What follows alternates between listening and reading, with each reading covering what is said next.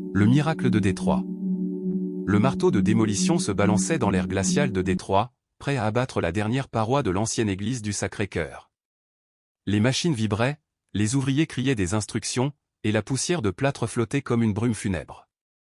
Hassan al-Rachid, le superviseur de l'équipe, observait la scène avec son habituel mélange d'impatience et de discipline. Pour lui, ce n'était qu'un chantier de plus, un contrat comme tant d'autres. Mais en ce matin de décembre 2024, un événement inattendu allait bouleverser sa vie, toucher une communauté divisée et réconciliée, l'espace d'un instant, des mondes que tout semblait opposer. Hassan avait 45 ans. Il travaillait dans le bâtiment depuis 20 ans, depuis le jour où il avait quitté Bagdad, fuyant la guerre et ses souvenirs de bombes. Parti avec presque rien, il avait reconstruit sa vie pierre après pierre, contrat après contrat, jusqu'à fonder sa propre entreprise de démolition. Homme discret mais obstiné, il s'était taillé une réputation d'efficacité et d'honnêteté. Fidèle à sa foi musulmane, il priait 5 fois par jour, même sur le chantier, au milieu des regards parfois méfiants de ses collègues après le 11 septembre. Son quotidien était réglé comme une horloge, levé à 4h30 pour la prière du Fajr, un café noir avalé en silence, puis la route du chantier.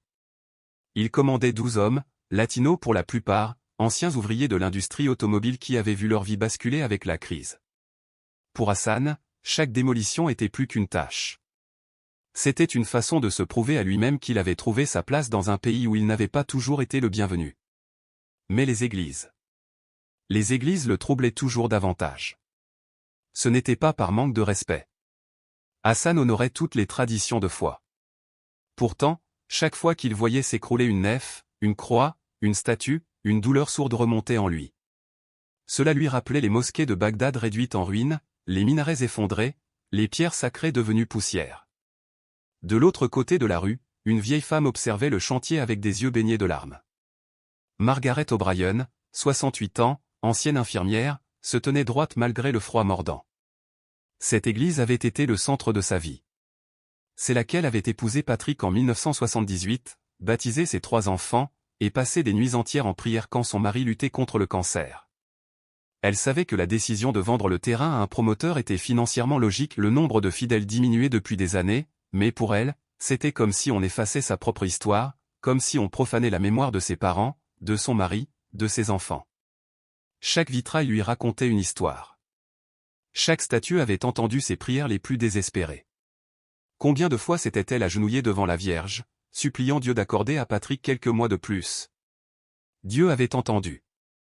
18 mois lui avaient été donnés, assez pour que Patrick serre ses petits-enfants, assez pour réconcilier un fils perdu dans l'alcool. Alors, voir aujourd'hui cette église s'effondrer lui brisait le cœur. Parmi l'équipe de Hassan travaillait aussi Tony Benedetti. 38 ans, solide, la mâchoire serrée. Autrefois fervent catholique, il avait perdu la foi le jour où son fils Tommy, 12 ans, trouva la mort sous les roues d'un conducteur ivre. Cette nuit de mars 2022 avait détruit plus que sa famille, elle avait brisé son lien avec Dieu. Depuis, chaque église démolie lui semblait une revanche dérisoire contre un ciel silencieux. Tony avait été enfant de chœur, séminariste même, avant de choisir une vie plus simple. Il avait épousé Linda, baptisé leur fils dans la même cuve baptismale où lui-même avait reçu l'eau bénite. Mais après l'accident, il ne restait plus que cendre et colère. Le conducteur, fils d'un avocat influent, s'en sortit avec une peine ridicule. Tony hurla, protesta, écrivit, mais la justice resta sourde. Sa femme se réfugia dans la foi, lui s'enfonça dans l'amertume. Ils divorcèrent, incapables de penser ensemble la plaie béante de leur perte. Ce matin-là, alors que les engins rugissaient, Hassan sentit quelque chose de différent. Était-ce la prière murmurée par Margaret, son chapelet serré entre les doigts? Ou la détresse muette de Tony, le regard rivé sur le sol? Le froid était glacial, la respiration des ouvriers formait de petits nuages blancs, et le chantier avançait inexorablement. À midi, Hassan se retira derrière le bâtiment pour accomplir sa prière du dur. Sur son tapis posé à même le sol gelé, il s'inclina vers la Mecque. Au loin, il entendait la voix de Margaret, répétant son rosaire en irlandais. 2 prières différentes, 2 langues, un même appel vers le ciel. L'image le frappa. Quand il revint, il trouva Tony accoudé à un mur, cigarette tremblante entre les doigts. « Tu pries vraiment 5 fois par jour ?» demanda Tony soudainement. Hassan hocha la tête. « Depuis mes 12 ans. Mon père m'a appris. Tony insista, et ça marche. Tu crois vraiment que quelqu'un écoute? Hassan répondit avec sincérité, parfois oui, parfois non. Mais je prie même quand je ne ressens rien. La foi, ce n'est pas un sentiment. C'est une fidélité. Tony éclata d'un rire amer. Moi aussi j'y croyais. J'enseignais à mon fils à faire le signe de croix. Et quand j'ai supplié Dieu, j'ai reçu le silence. Ils restèrent silencieux un moment. Hassan finit par murmurer, « Je suis désolé pour ton fils. » Tony secoua la tête, fixant la façade gothique de l'église. Il aimait les églises. Il voulait devenir prêtre pour aider les gens tristes.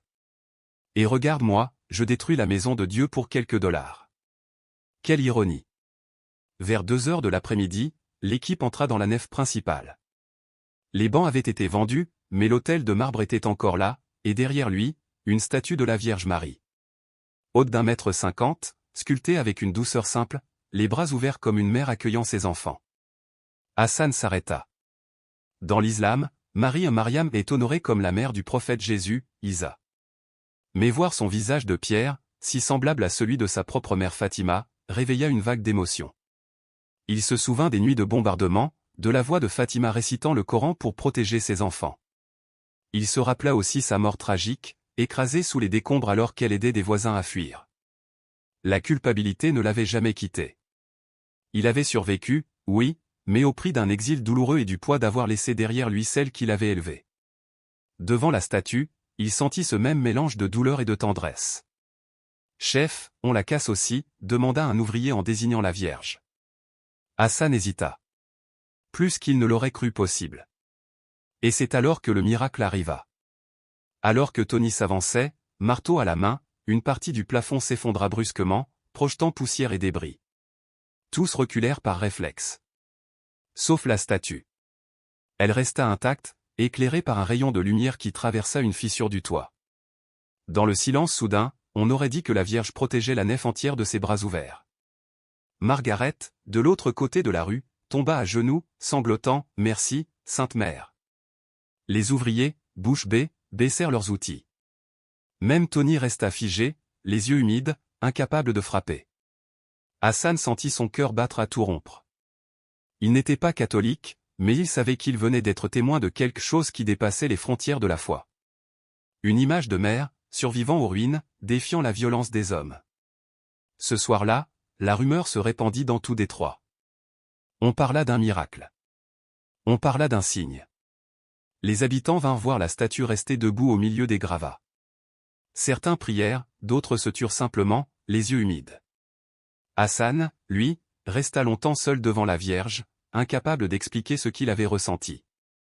Peut-être que le vrai miracle n'était pas que la pierre ait survécu, mais que, l'espace d'un instant, un musulman, une veuve catholique et un père brisé par la douleur avaient partagé la même émotion, la même certitude qu'il existe quelque chose de plus grand que nous, quelque chose qui refuse d'être réduit en poussière. Et dans le froid de Détroit, ce soir de décembre, la foi renaquit sous des formes inattendues. La logique de Hassan lui rappelait sans cesse que cette statue n'était rien d'autre qu'un bloc de pierre taillé, privé de toute signification religieuse à ses yeux. Ce n'était qu'un objet, une œuvre figée. Son travail n'était pas d'interpréter ni de juger, mais simplement d'exécuter, on l'avait engagé pour raser entièrement l'intérieur de cette église abandonnée. Pourtant, lorsque l'un de ses ouvriers lui demanda s'il pouvait, commencer par la statue, quelque chose en lui se contracta. Une gêne sourde, inexplicable, le traversa. Ce n'était pas de la superstition, il en était certain. Mais l'idée de frapper cette image avec brutalité éveillait en lui une sorte de malaise. Il se surprit à répondre. « Laisse-la pour la fin. On termine le reste d'abord. » L'ouvrier haussa les épaules, indifférent, et retourna à sa tâche. Hassan resta seul, les yeux fixés sur la silhouette immobile de la Vierge. Elle n'était, pour lui, ni sainte ni médiatrice. Pourtant, il devinait qu'elle avait recueilli des milliers de prières, des larmes, des espoirs confiés dans le silence de la foi. Même s'il n'adhérait pas à la théologie de ceux qui l'avaient honoré, il pouvait en respecter la sincérité. À l'extérieur, Margaret O'Brien ressentait une angoisse croissante qui lui serrait la poitrine comme un étau. Depuis 3 nuits, elle veillait dans la petite chapelle attenante à sa maison, implorant Dieu d'épargner au moins la statue de la Vierge. Elle savait que c'était une supplique insensée. La démolition était planifiée, irréversible. Le centre commercial qui remplacerait l'église n'avait évidemment pas de place pour une icône religieuse en marbre. Mais elle continuait à prier. Notre-Dame. Murmurait-elle encore et encore, utilisant la formule apprise de sa mère. Si le Seigneur permet que ton image soit profanée, qu'il en sorte un dessein divin que mon esprit limité ne peut comprendre. C'était une prière de reddition, mais aussi de confiance. Margaret avait appris, au fil d'une vie entière, que les voies de Dieu restaient souvent mystérieuses, mais que l'on pouvait toujours s'y abandonner. Son enfance avait été nourrie d'histoires d'apparitions mariales, Fatima, Lourdes, Guadeloupe. Sa grand-mère irlandaise racontait qu'au temps de la grande famine, la Vierge était apparue à une fillette du village, lui promettant que sa famille survivrait si elle gardait la foi. Et la famille avait survécu, émigrant en Amérique, jusqu'à donner naissance, des générations plus tard, à Margaret.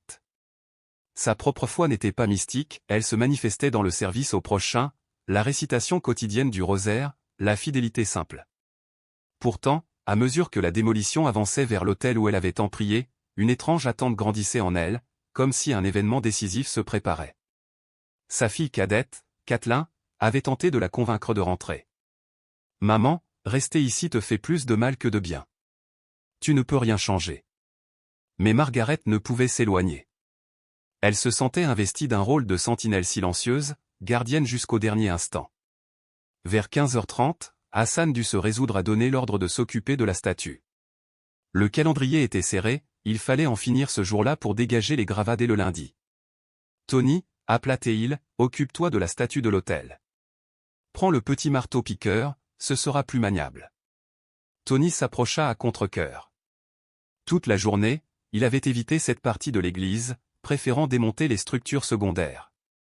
En serrant l'outil dans ses mains, une colère sourde remonta en lui. Devant ces mêmes images, il avait prié des centaines de fois dans son enfance.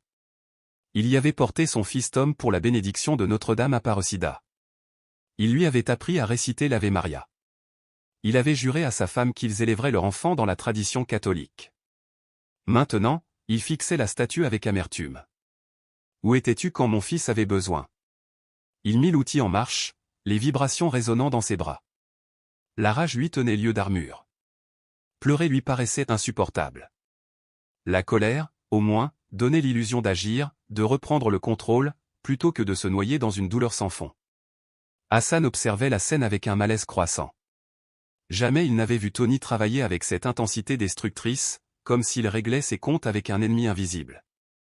C'est alors que l'inexplicable se produisit.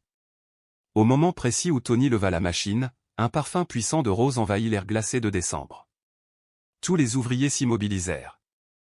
Il n'y avait pas de jardin aux alentours, et encore moins de roses en plein hiver du Michigan. Le parfum était si frais, si vif qu'il semblait provenir de fleurs encore couvertes de rosée. « Vous sentez ça ?» murmura Carlos, un ouvrier mexicain. « Des roses, répondit un autre en arrêtant sa perceuse. « Mais c'est impossible. » Hassan chercha une explication, un produit de nettoyage, un parfum. Mais non, l'odeur émanait de l'autel, concentrée autour de la statue. Puis la lumière changea. Une clarté dorée, douce, se répandit depuis l'image, illuminant la nef entière. Ce n'était ni le soleil, caché derrière les nuages, ni une source électrique. C'était comme si l'air lui-même s'était fait lumière. Les hommes se regardaient, partagés entre la stupeur et une peur sacrée. Carlos se signa instinctivement. Jake tenta de filmer avec son téléphone, écran noir, appareil inerte malgré la batterie pleine. Hassan sentit alors une paix étrange l'envahir, une chaleur semblable aux berceuses que sa mère lui chantait jadis à Bagdad, quand les bombes tombaient et qu'elle l'assurait que Dieu protégeait les innocents. Cette sensation effaçait peu à peu un poids qu'il portait depuis des années. Il s'approcha, et eut l'impression bouleversante que les yeux de marbre le fixaient, vivant. Puis elle apparut. Pas avec fracas ni tonnerre, mais simplement présente, debout à côté de la statue, comme si elle y avait toujours été. Elle portait un manteau bleu nuit parsemé d'étoiles de lumière. Ses vêtements blancs, simples et modestes, ressemblaient aux habits de prière des femmes de sa jeunesse. Son visage avait la douceur d'une jeune femme et la profondeur d'une ancienne sagesse. C'était bien elle, la Vierge des représentations, mais vivante, respirante, éclatante. Ses yeux débordaient de compassion. Hassan chancela en croisant ce regard. Mon fils, dit-elle d'une voix qui coulait comme une source limpide. Pourquoi pleures-tu? Il n'avait pas remarqué ses larmes avant qu'elles ne roulent sur sa barbe. D'abord en arabe, puis en anglais, il balbutia. Je ne comprends pas. Qui êtes-vous? Me connaissez-vous? Je suis Mariam, servante du Très-Haut. Je suis la mère qui intercède pour tous les enfants, qu'ils soient chrétiens, musulmans ou de toute autre foi qui cherchent le Créateur d'un cœur sincère. Je suis venu parce qu'un cœur affligé m'a appelé, et parce que le temps est venu de bâtir des ponts là où il n'y avait que des murs. Derrière lui, Tony s'était effondré à genoux, l'outil abandonné. Les ouvriers, pétrifiés, pleuraient en silence, baignés dans une paix inexplicable. Dehors, Margaret sentit le parfum de rose traverser les murs. Elle leva les yeux et vit la lumière dorée jaillir des vitraux. Ses jambes se dérobèrent, elle tomba à genoux sur le trottoir glacé, serrant son rosaire contre son cœur. « Madame » souffla-t-elle, certaine que ces mots étaient entendus. À l'intérieur, la Vierge s'approcha de Hassan. Ces paroles touchaient au plus intime de son être. « Tu portes la douleur de ta terre natale, dit-elle doucement. La mort de ta mère Fatima, la culpabilité de ne pas l'avoir sauvée, le poids d'être considéré comme ennemi dans un pays que tu aimes sincèrement.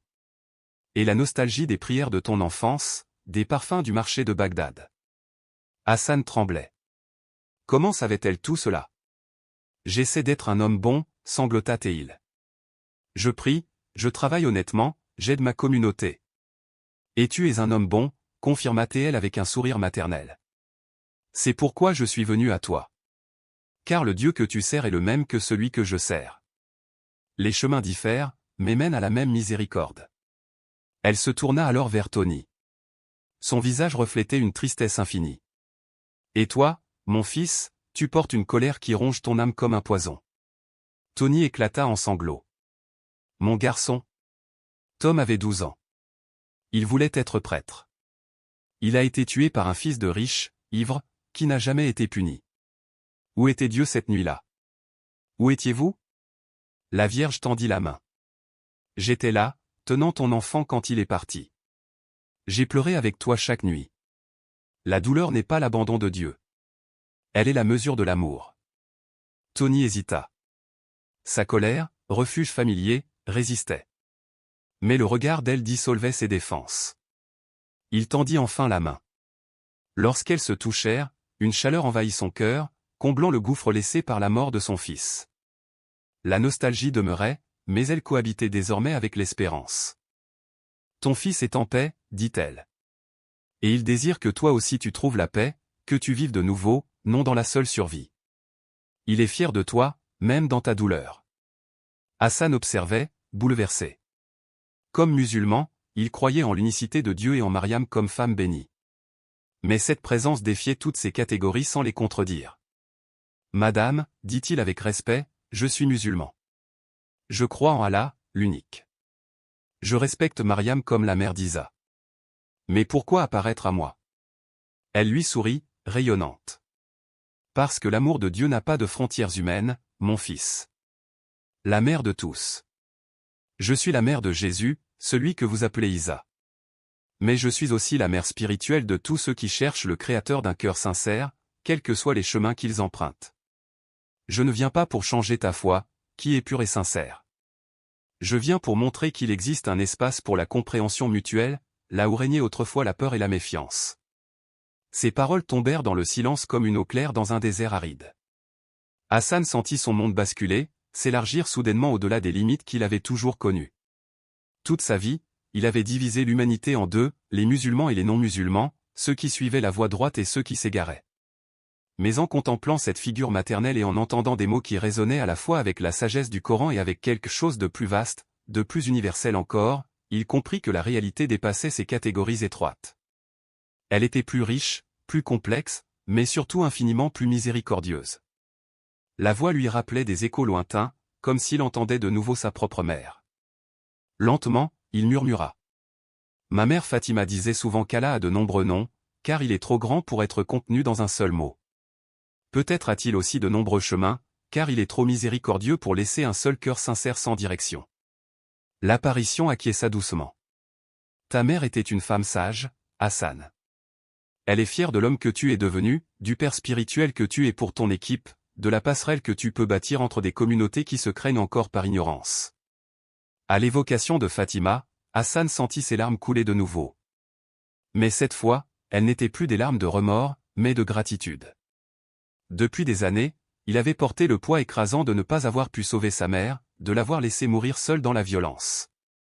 Entendre qu'elle était fière de lui, que sa mort n'avait pas été inutile si son fils utilisait cette douleur pour bâtir des ponts de compréhension, donnait enfin un sens rédempteur à son existence. Autour de lui, les autres ouvriers, qui jusque-là restaient stupéfaits, vivaient eux aussi leurs propres rencontres intimes avec cette présence lumineuse. Carlos, le maçon mexicain, s'avança timidement. Il retira son casque comme on ôte son chapeau devant l'autel, les yeux pleins de larmes. Instinctivement, il fit le signe de croix. Ses pensées s'envolèrent vers sa grand-mère restée à Mexico, qui priait chaque jour la Vierge de Guadalupe pour protéger la famille. « Sonora, dit-il d'une voix tremblante, ma abuelita me répétait que vous veillez spécialement sur les pauvres, sur ceux qui travaillent dur, sur ceux qui vivent loin de chez eux. » La Vierge se tourna vers lui avec la même tendresse maternelle. Son espagnol était parfait, empreint de chaleur et de familiarité. « Tu abuelita avait raison, mijo. Et elle est ici avec moi, intercédant pour toi et pour tes enfants. » À ces mots, Carlos s'effondra à genoux, secoué de sanglots. Sa grand-mère était morte 3 ans plus tôt, et il n'avait jamais pu retourner au Mexique pour lui dire adieu, bloqué par des problèmes d'immigration. Cette culpabilité, ce vide avait été une plaie ouverte. Et voilà qu'on lui offrait la certitude qu'elle n'avait jamais cessé de l'accompagner. Un par un, les ouvriers s'approchèrent. Chacun reçut un mot particulier, une consolation taillée à la mesure de sa vie, une reconnaissance intime de ses blessures. Jake, l'Américain sceptique, celui qui avait tenté en vain de filmer l'apparition avec son téléphone, sentit ses convictions vaciller. Lui qui n'avait aucune tradition religieuse vit son incrédulité doucement fissurée par une expérience qui dépassait tout cadre rationnel. Ce qu'il percevait ici n'était pas une illusion, c'était une réalité lumineuse, débordante d'un amour inexplicable. Le parfum des roses embaumait l'air, de plus en plus dense. Une mélodie subtile, presque inaudible, flottait comme un chœur céleste, des harmonies qui semblaient se loger directement dans le cœur sans passer par les oreilles. La lumière dorée pulsait doucement, créant une atmosphère à la fois surnaturelle et intimement humaine. À l'extérieur, des voisins, intrigués par cette clarté et ce parfum inexplicable, avaient quitté leur maison. Margaret, qui au début avait observé seule la démolition, n'était plus isolée. Les gens affluaient, attirés comme par un appel invisible. Catherine arriva essoufflée, alertée par un coup de fil de Margaret. Bientôt, d'anciens paroissiens de l'église vinrent aussi, comme mystérieusement convoqués. Le père Maena, jeune prêtre irlandais qui avait brièvement servi à la paroisse avant sa fermeture, arriva en hâte à bicyclette. Il se voulait prudent, car ses années de séminaire lui avaient appris à se méfier des « miracles » trop faciles. Mais en sentant le parfum et en voyant la lumière, son scepticisme chancela. À l'intérieur, la Vierge parlait à chacun avec une connaissance profonde de leur vie, de leurs espérances secrètes. À Hassan, elle confia la mission de devenir un bâtisseur de ponts, d'utiliser son entreprise non plus seulement pour démolir, mais pour construire des espaces de dialogue. À Tony, le père endeuillé, elle montra que sa souffrance pouvait se transformer en mission, en aide pour d'autres parents éplorés. Puis, levant les yeux vers tous, elle dit : « Le temps de la division touche à sa fin. L'humanité est arrivée à un carrefour. Vous devez choisir, l'amour qui unit ou la peur qui sépare. Vous êtes appelés à être les semences d'une unité nouvelle, plantées dans une terre qui paraissait stérile mais qui est prête à fleurir. » Elle fixa Hassan et Tony. Vous deux avez connu des douleurs différentes, mais vous avez appris la même leçon, l'amour véritable survit à la perte, se transforme dans la souffrance et se multiplie quand il est partagé. Ensemble, vous bâtirez quelque chose de nouveau ici, un lieu qui accueillera toutes les communautés. Hassan sentit une illumination subite. Pas un centre commercial, murmura-t-il, mais un centre communautaire ? Un lieu où les gens pourront se rencontrer. Oui, confirma-t-elle. Un espace où chrétiens et musulmans apprendront à se connaître comme frères, où les enfants joueront ensemble pendant que leurs parents découvriront tout ce qu'ils partagent déjà, où la mémoire de cette église sera honorée non par des murs de pierre, mais par la continuité de sa mission, rassembler le peuple de Dieu. Tony, encore brisé, demanda. Et moi ? Que puis-je faire ? Je ne suis qu'un homme sans foi, brisé par la perte. Elle lui répondit avec douceur. Ta foi n'est pas morte. Elle s'est transformée. Tu as appris, à travers 2 années de souffrance, ce que signifie traverser la vallée de l'ombre. Ta douleur t'a rendu capable d'accompagner ceux qui pleurent. Tu es désormais qualifié pour un ministère que nul homme n'ayant jamais souffert ne pourrait accomplir. La lumière commença à s'estomper, mais la voie resta claire. Souvenez-vous, le parfum des roses sera votre signe, la paix dans vos cœurs votre confirmation, et les fruits d'unité qui naîtront de cette expérience, la preuve permanente que l'amour divin ne connaît aucune frontière humaine. Ces derniers mots résonnèrent comme un envoi. Allez en paix. Construisez des ponts. Aimez sans peur. Quand d'autres douteront, que vos actions témoignent de ce que vous avez vu ici. Les mois suivants furent marqués par une effervescence nouvelle à Détroit. Fidèle à sa promesse, Hassan mobilisa ses économies et trouva des investisseurs. L'ancienne église devint un centre communautaire unique en son genre. L'architecture mariait harmonieusement des motifs islamiques et chrétiens. On y trouva une salle de prière multiconfessionnelle, des espaces de dialogue interreligieux, une cuisine communautaire où des familles de toutes origines préparaient et partageaient des repas. Au centre du jardin, la statue de marbre fut installée, entourée de rosiers qui, étrangement, fleurissaient hors saison.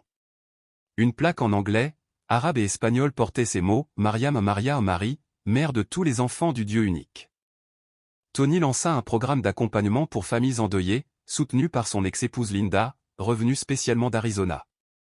Ensemble, ils offraient soutien émotionnel et aide pratique aux familles en détresse.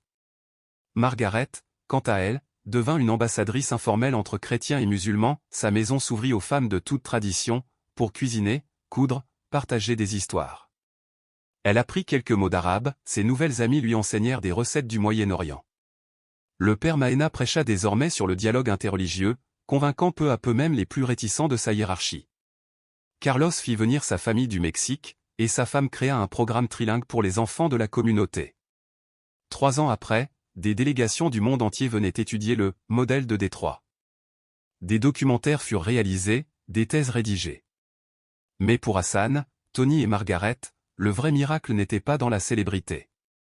Il résidait dans ses gestes quotidiens, enfants musulmans et chrétiens jouant ensemble, familles partageant le Ramadan et Noël, jeunes travaillant côte à côte pour servir la communauté. 5 ans plus tard, interrogé par un journaliste, Hassan résuma. La Vierge ne nous a pas convertis à une autre religion. Elle nous a convertis de la peur vers l'amour, de la méfiance vers la compréhension, de la division vers l'unité. Je suis toujours musulman, mais je connais désormais intimement le cœur chrétien. Et j'ai découvert que nos cœurs battent à l'unisson quand ils sont tournés vers l'amour de Dieu. Margaret, devenue doyenne respectée de la communauté, aimait dire. J'ai passé 40 ans à venir prier dans cette église pour trouver Jésus. Mais c'est quand elle a été détruite que je l'ai vraiment rencontré, à travers sa mère qui a uni nos cœurs.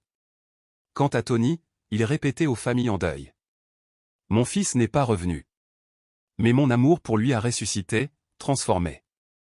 L'amour véritable est plus fort que la mort, et quand on laisse cet amour guérir les autres, il nous guérit aussi. Aujourd'hui, le centre accueille des milliers de familles. On y soigne, on y éduque, on y console. Mais le plus grand fruit est invisible, une génération entière grandit en considérant la coopération interreligieuse comme une évidence. La démolition de l'église du Sacré-Cœur, qui semblait annoncer la fin d'une ère, s'est révélée l'aube d'une réalité nouvelle. Une preuve vivante que quand l'amour divin trouve des cœurs prêts à dépasser leurs limites, des miracles d'unité peuvent éclore jusque dans les sols les plus arides.